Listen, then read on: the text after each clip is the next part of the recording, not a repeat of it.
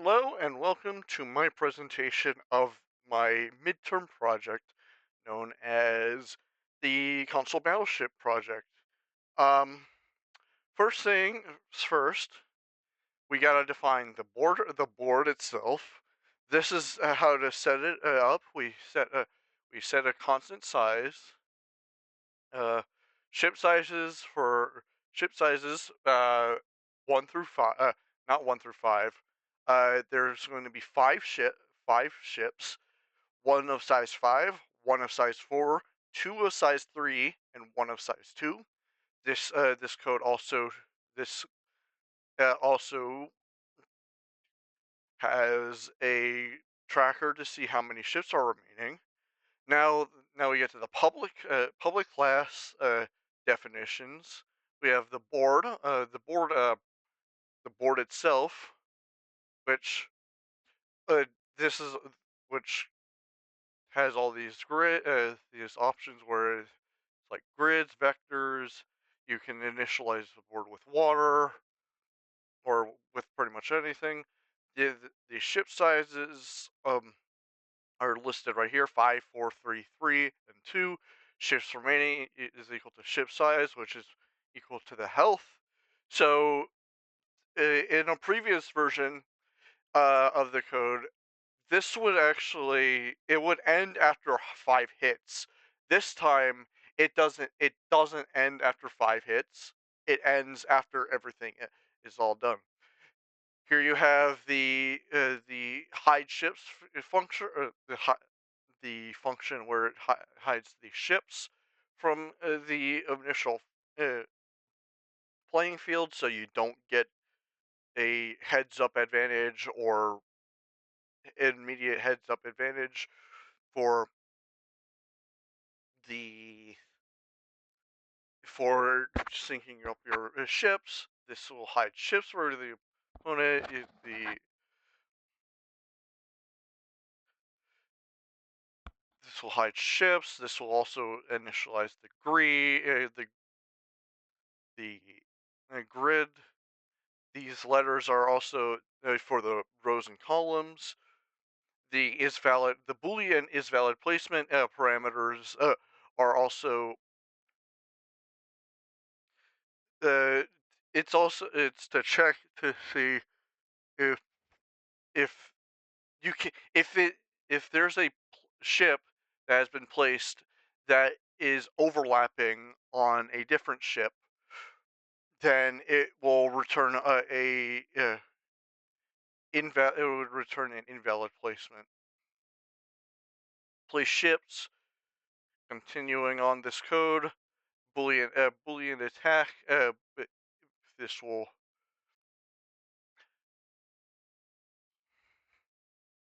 this is a this whole parameter here is to notify. This whole thing is to notify if ship has been sunk, or if you've already attacked the position. Here's the has ships remaining function, where it and then we're going to find the player class, where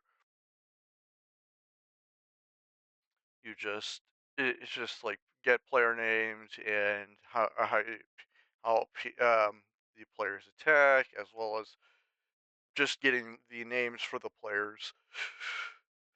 The game class is the logic for this. So first we have the option to place ships randomly or manually. If it's manually, it goes through this logic right here. If it doesn't, then it just randomly places ships wherever it goes. And this is the logic. Whoops. This is the logic. You place the position of the ship size, row column in direction, and it will ask you if you want to place it horizontally or vertically. And then if you want, if it also checks to see if it's a valid placement, which means no overlapping.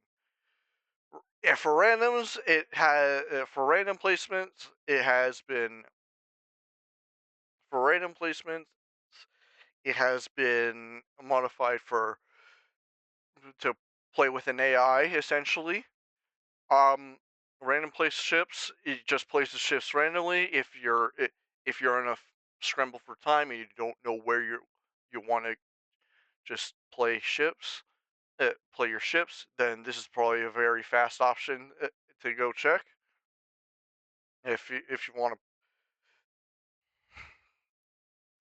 it has random fixtures from row 1 to row 10, or in this case, row A to row J, I think, or row I, and then then it just outputs the ships have been placed randomly for the players. This is the this is the logic for the AI. If this is the logic for the AI. If it doesn't, if it this is all this is for the AI to just play with. If it's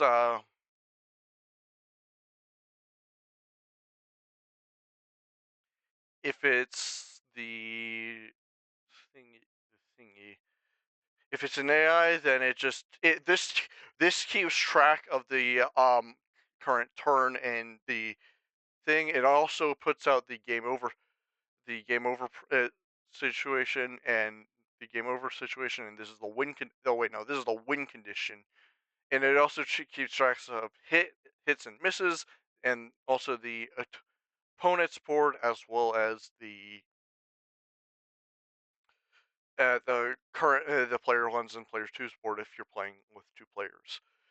The int main is just the the whole game, the main menu for it, the console battleship. It has all these different menus where you select play against AI, which is yes or no. If you say yes, then you can place ships manually or randomly. The AI, if you play AI, if the AI, you can also choose to play randomly if you're AI. If You can also place the ships for the AI randomly as well. But why would you do that? I don't know why you would do that. One of the things that I did not implement into the code is the smarter the AI getting a bit smarter. So for like in the case of if they get a hit, they won't immediately switch around they won't search around the immediate area like up down, or like they won't immediately search the area like or go one space up, go one space left, go one space left, go one space down, or go one space right. They will just attack randomly, and that's one of the drawbacks to this program. You can only do so much with it, and that's that's one of the things that I was trying to do, but I cannot do it for some reason. Eh, it's better to work this out and see how it does. So, well, it says welcome to console battleship. You answer, you play against AI. You select yes. I would like to place it randomly, and then I would like to place the AI shifts randomly as well. And then you select. So normally, so the board is laid out like it starts from 0 and then goes to 9, not 1 through 10, because of just the general array and how it works. And so now we just select like 0 0, and then it will automatically print out the your board first. It will automatically print out your board first, and then well, not your board, the opponent's board first, and then it will automatically print your board next. So as you can tell, the AI got a hit on one of my battleships, which I do not know about because the funny thing is you end up with a different game every single time if you do both randoms, and I love that. But the main thing is about this is it takes a while to actually complete a game. If the if you end up like if you end up in the situation where you gotta leave, you can say it also includes a save function where it does a bunch of other things where you can save and load the game. But it this goes for a while until you sunk everything, either the opponent ships or the AI somehow sinks your ships, which I don't know how long that will take. It's a minimum of 100. It's a absolute minimum of 100 turns. Of course, with our human knowledge, we can check around the immediate area for ships, and it could end quicker. But yeah, is a very well functioning set of code, and I'm very happy about it. And that's all. Stay safe, and I hope to see you guys later.